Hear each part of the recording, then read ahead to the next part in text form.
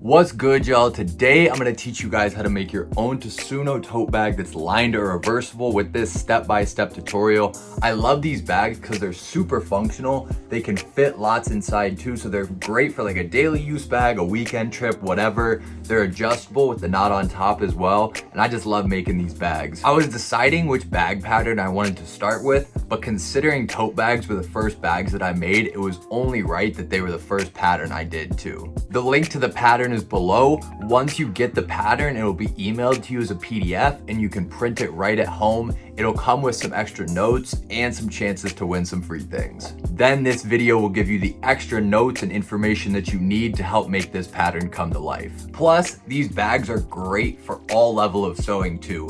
Whether you're just starting off or you've been sewing for years, I think you'll be able to follow along with this pattern just fine and that your bag will come out beautifully. I'll be doing some things throughout this video to customize this bag, but the focus of this video is going to be making this bag in its simplest form. I'm going to show you how to make this bag with lining, but if you want to make this bag reversible, it's essentially the exact same steps, and I'm going to talk more about that at the end of this video. Also, once you've tested the pattern, I encourage you to make changes to it to make it your perfect size too. So maybe you want to make it bigger or smaller or adjust the length of the straps, and I'm going to tell you guys how to do that at the end of this video too. So without further ado, let's get into it. All you're going to need is the fabric of your choice. I'm using scrap denim. The lining fabric of your choice, I'm using thrifted jeans.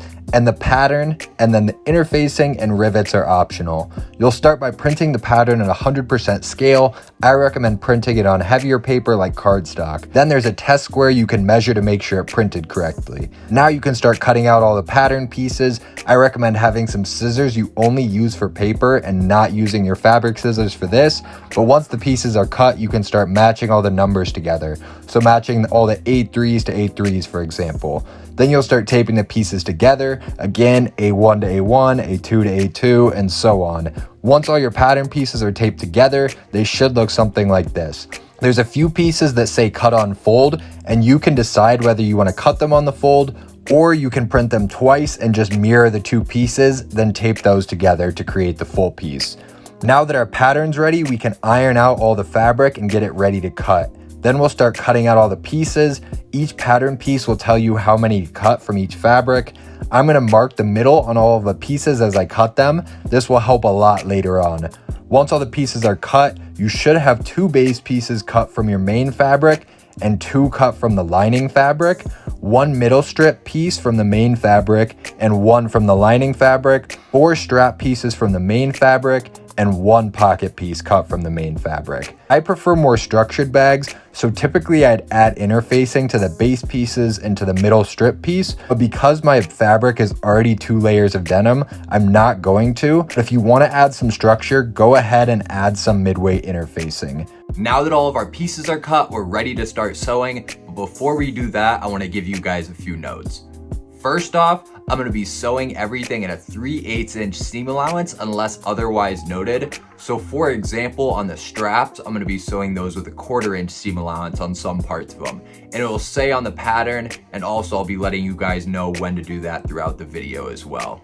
Second, I'm going to be using a 3mm stitch length for all of the seams and a 4mm stitch length for all of the top stitching. And lastly, since I have an industrial machine, I'm going to be using heavyweight thread, but if you're using a domestic machine, it's fine. You can use lightweight thread and it'll still come out great. Starting with our middle strip and one of our base pieces, we'll match up the middles and start clipping all the way around the bag. Once you get to the curves, as you can see, it doesn't want to go around that area very well. So I'm going to add little slits to the middle strip piece that are less than 3/8 of an inch so that they stay within the seam allowance.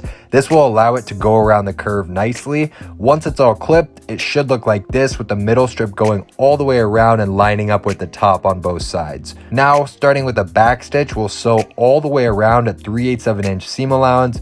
Go slow and make sure that everything stays lined up. When you're going around the curve, just make sure nothing's getting pinched or pulled, and you may have to adjust the fabric a little as you sew just to make sure it stays lined up. Once it's sewn, it should look like this. It's already starting to take form.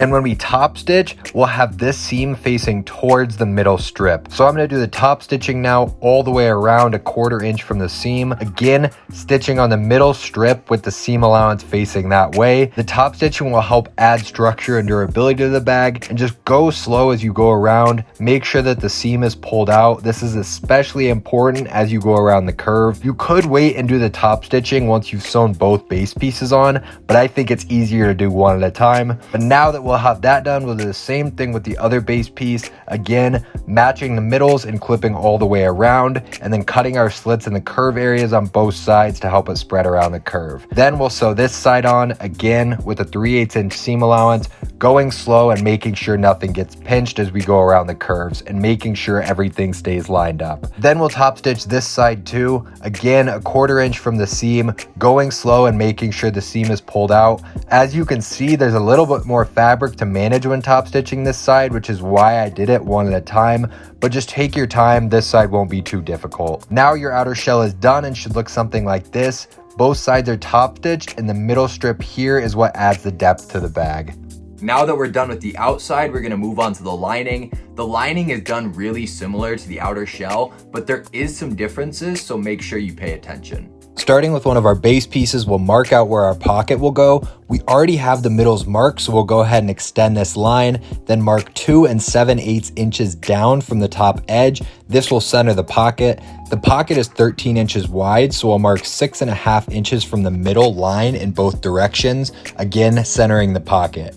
Our pocket is 8 inches tall, so we'll mark down 8 inches from the line we marked before, and now we're good to go. We'll start by doing our folds on the top of the pocket. Mark down 1 inch from the edge and then 1.5 inches from the edge, so we know where to fold to. Then I'll fold the edge down to the first line and iron all the way across, then take that new edge, fold it down to the second line and iron again. So we'll be left with a clean fold with no raw edge. I'm gonna sew this down. The first row of stitching will be 1/8 of an inch from the edge. Then I'll do a second row of stitching 7/16 of an inch from the edge. You could even just do 3/8 of an inch if that's easier.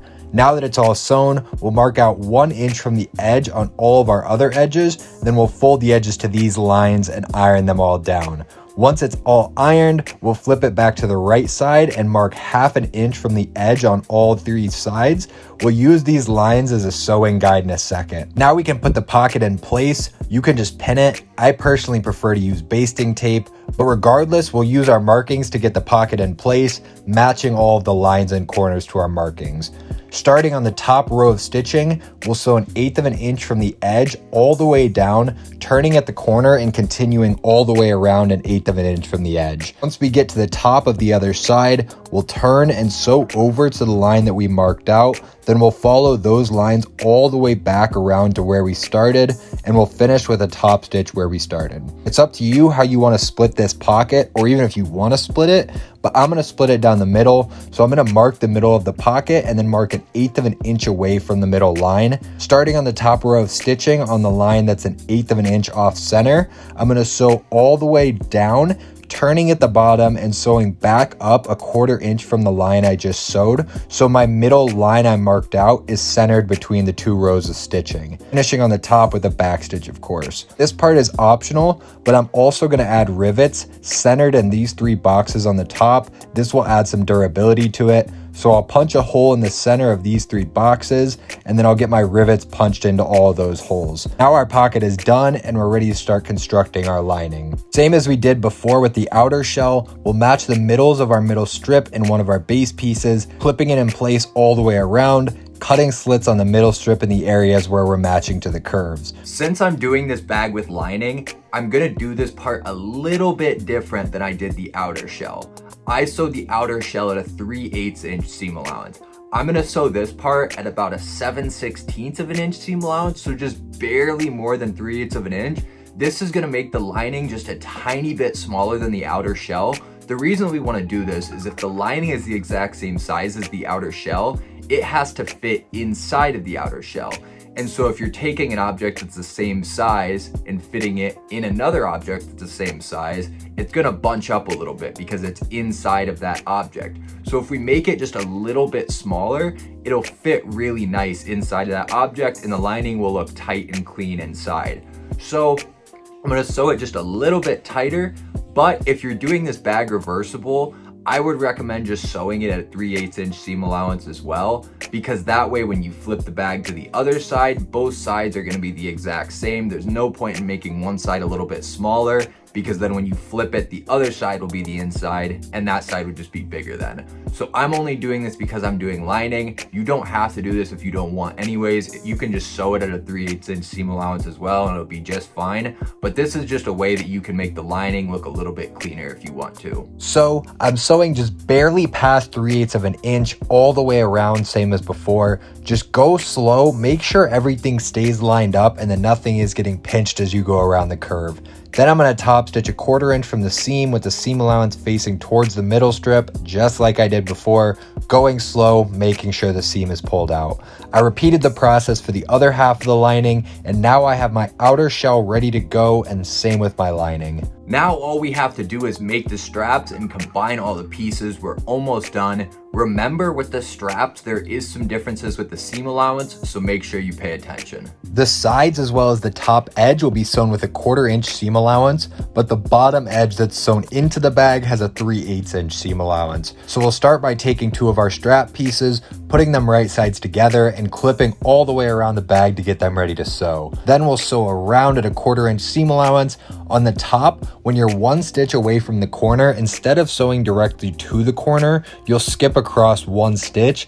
This will just help with turning the corners. Then you'll continue sewing around, leaving the bottom edge open so we can turn the strap right side out. Once it's sewn, we'll clip the top corners to help with turning them, and we'll grade the side seams, so only clipping 1/2 of the seam. This will help reduce bulk. Once both straps are sewn and graded, we'll turn them right side out through the gap we left open at the bottom. This part's a bit tedious, but just be gentle as you go. Then roll out the corners the best you can. It's okay if it's not perfect. I personally like when it has a little bit of curve in this area. And now we'll iron out all of these seams to get them ready to top stitch, making sure they're flat and even. Then we can top stitch the straps. I'm stitching 1/8 of an inch from the edge all the way around, making sure the seams stay even as you sew. This will help the straps lay flat and look nice, and more importantly, it'll make them more durable. Now we'll match the middle of the strap to the middle of the strip on both sides of the bag, clipping that in place so that we can baste it. Then we'll baste it in place, sewing about 1/4 of an inch from the edge, and this will make it easier to sew the lining in.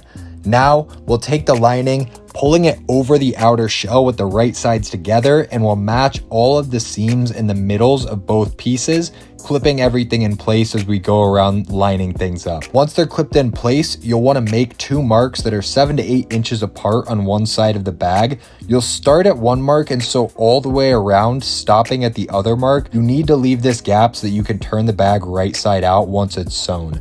So starting at one mark, we'll sew at 3/8 of an inch seam allowance, going slow, making sure that all of our seams and everything stay lined up. This will obviously combine our base pieces and our lining, and it will also get our straps sewn in the rest of the way. Once you get back to your other mark, you'll finish with a back stitch. If the area where your seams meet are super thick like mine, you can hammer them down gently to condense the fabric. This will make the top stitching easier.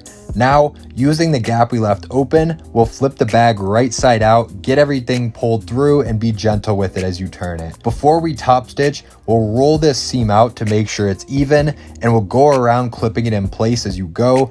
Obviously, you can't clip where the straps are on both sides, but just clip where you can. Once you get to the gap you left open, fold both sides down 3/8 of an inch so that this area is even with the rest of the top seam. This top stitching will help close this gap. Now we can top stitch around the bag. I'm stitching 1/8 of an inch from the edge. This will add durability to the bag and close the gap. This is literally the last step, so take your time, and especially when you get to the gap area, just make sure everything is staying even and you'll get a clean finish. And we're done. The bag came out super clean. It has lots of space inside and the extra pocket. There's no exposed edges on anything. Super clean all the way through. Super functional bag with the adjustable shoulder strap. I love the way this bag came out. Before you go, I want to teach you guys a couple more things, and I'm going to show you this bag on body so that you have a reference for the size when you make the bag. I talked about making the bag reversible, and really it already is because there's no exposed seams on everything. There's a clean finish all the way around. But if you remember, I made the lining just a little bit smaller than the outer shell so that it would sit super tightly in there.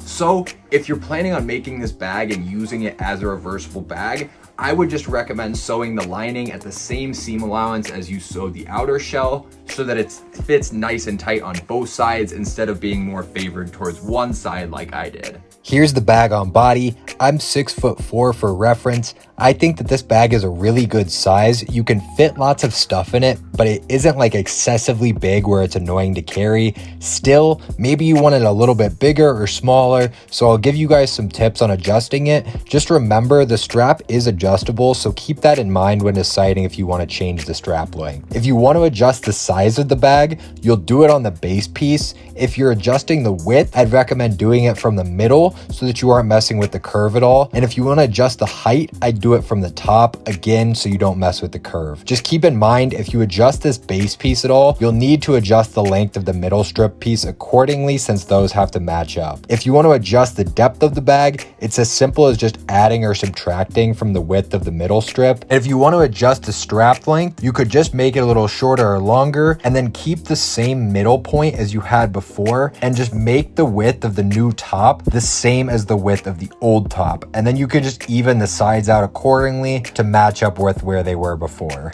I hope this tutorial was helpful and easy to follow. I'm still pretty new at doing this long form content, so I'm always open to feedback from you guys. If you guys want to see some more of my work, I'm also on Instagram and TikTok. And if you guys want more tutorials, make sure to subscribe here. I'm gonna be posting at least one a month. And I'm also gonna be doing giveaways for people that purchase my patterns and even just people that subscribe and comment on here. Have fun making your guys' tote bags. Get creative with it. I can't wait to see what you guys make. I love y'all.